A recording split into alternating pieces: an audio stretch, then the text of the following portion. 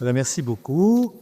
Je suis impressionné du nombre de personnes qui sont réunies ce soir. C'est courageux, un soir de février, et c'est courageux aussi parce que le sujet que je vais traiter est quand même un peu austère.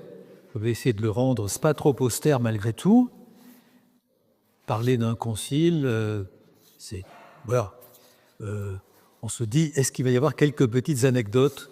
Il y en aura 2 ou 3 quand même, parce que dans les conciles, il y en a toujours.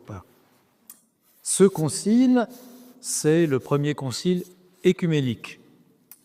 Et les conciles œcuméniques tiennent une place particulière et prépondérante dans l'histoire de l'Église, parce que l'infaillibilité de l'Église est engagée dans les conciles œcuméniques. Cette infaillibilité que Jésus a promise à ses apôtres en leur disant « Qui vous écoute, m'écoute », qu'il a promise à Pierre en lui disant « J'ai prié pour que ta foi ne défaille pas.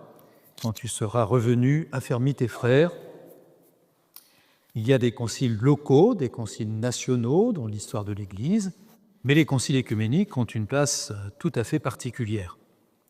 Et le premier, c'est le concile de Nicée. Nicée a inventé les conciles œcuméniques. Alors, œcuménique, ça veut dire quoi? Ça veut dire qui rassemble toute la terre habitée. Voilà.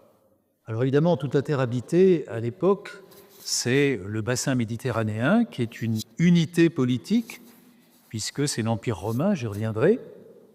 Vous avez ce mot œcuménique dans le Nouveau Testament, par exemple, quand saint Matthieu nous rapporte la naissance de Jésus, on nous dit que l'empereur organise un recensement de toute la terre habitée. Voilà. Et c'est le même mot que nous retrouvons. Et cette idée, toute la terre habitée, c'est par derrière l'idée que l'Église tout entière va disperser dans le monde, va être engagée et va s'engager dans ce qu'un concile va travailler et va proclamer. Alors, en guise d'introduction, vous le voyez sur la feuille qui vous a été donnée, j'ai mis une phrase provocante, une boutade, sur laquelle il faut que je m'explique. Le credo de Nicée n'a jamais existé. Voilà, le titre, c'est le credo de Nicée, puis l'introduction, c'est le credo de Nicée n'a jamais existé.